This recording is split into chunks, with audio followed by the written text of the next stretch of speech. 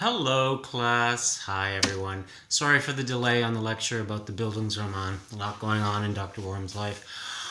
Sick kids, curriculum approvals, lots of stuff. I'm sure you've all got your own stuff going on as well, and I hope all is well with all of you.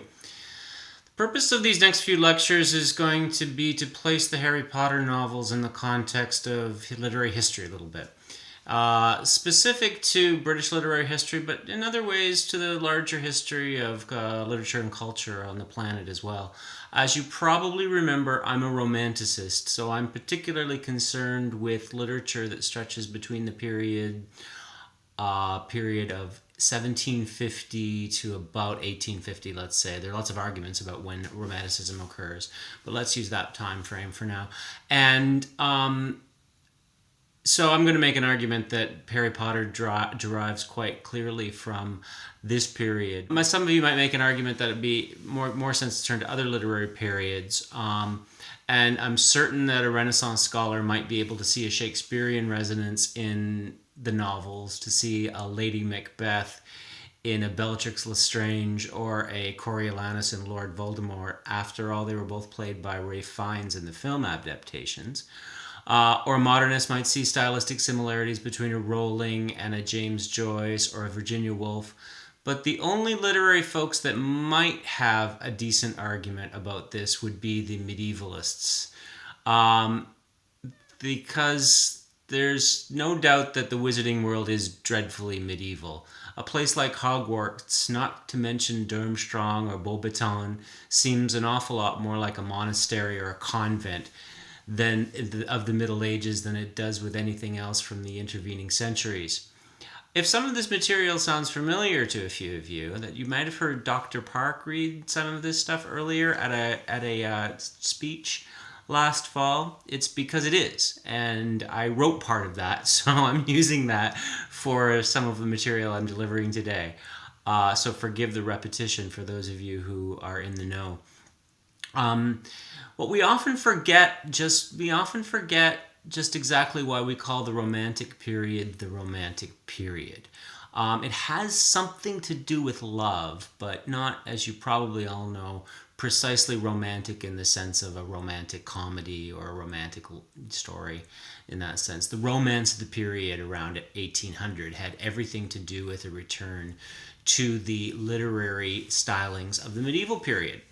Referring specifically to romances, works of love and literature, and works of love and adventure that were written in the vernacular or the Romance languages.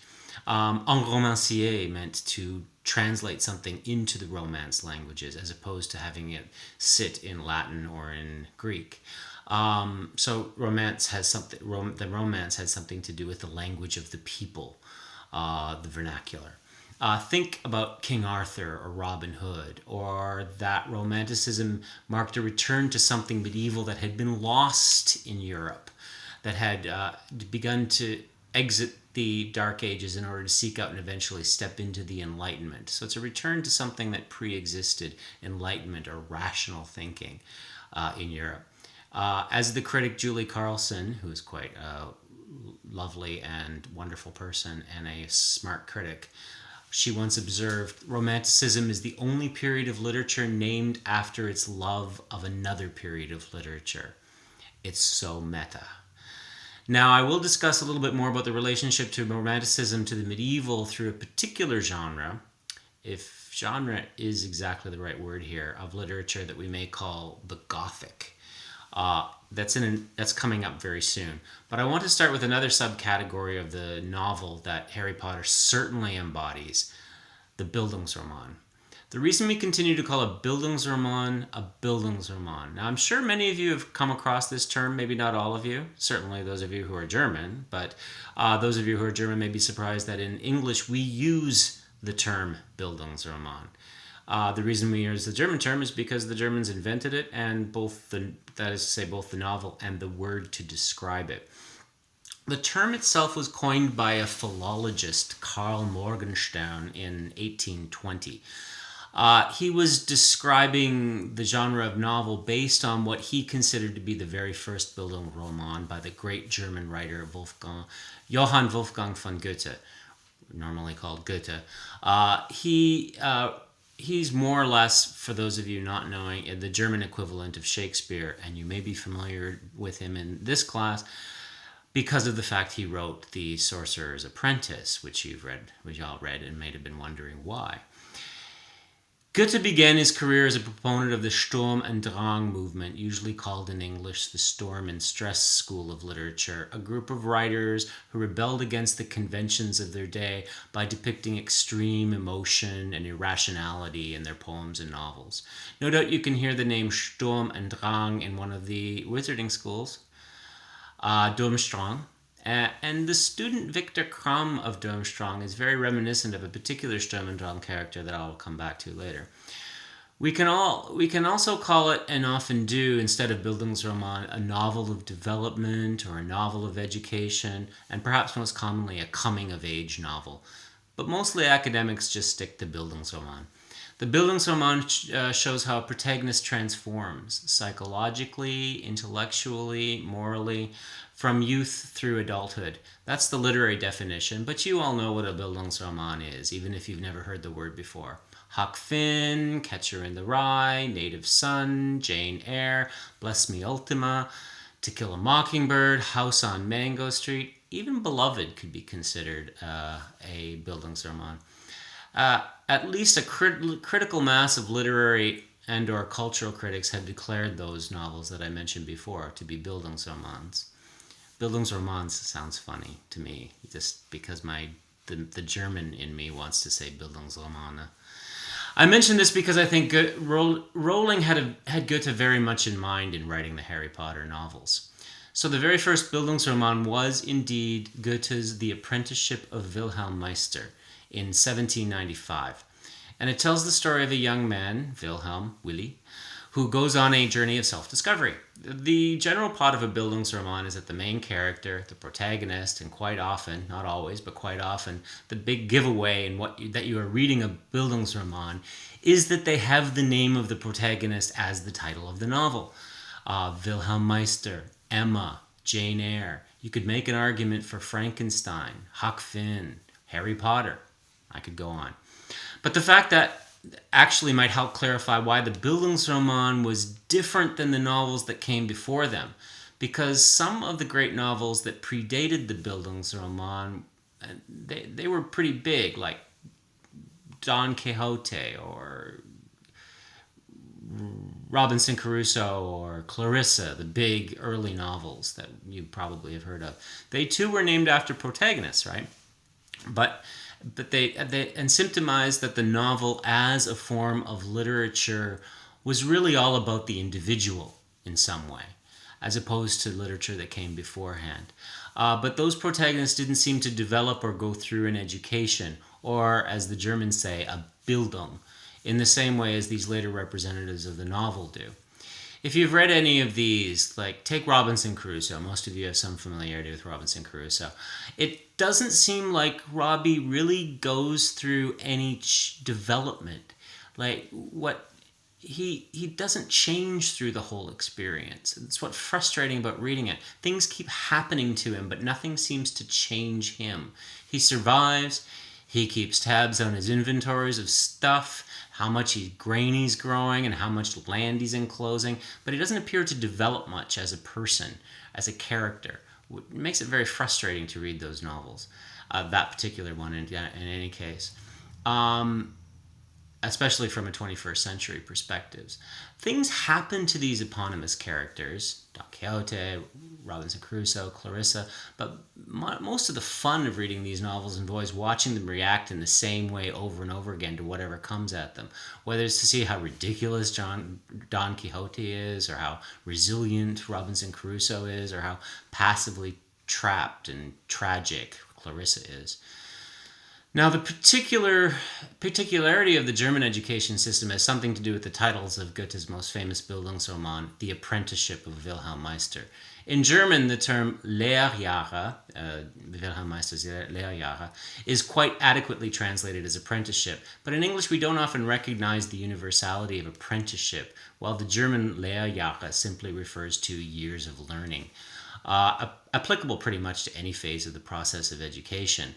Goethe actually wrote a second and third part to this story of Wilhelm Meister in the two parts of Wilhelm Meister's Wanderjahre, Wilhelm Meister's journeyman years. Those were published in 1821 and 1829.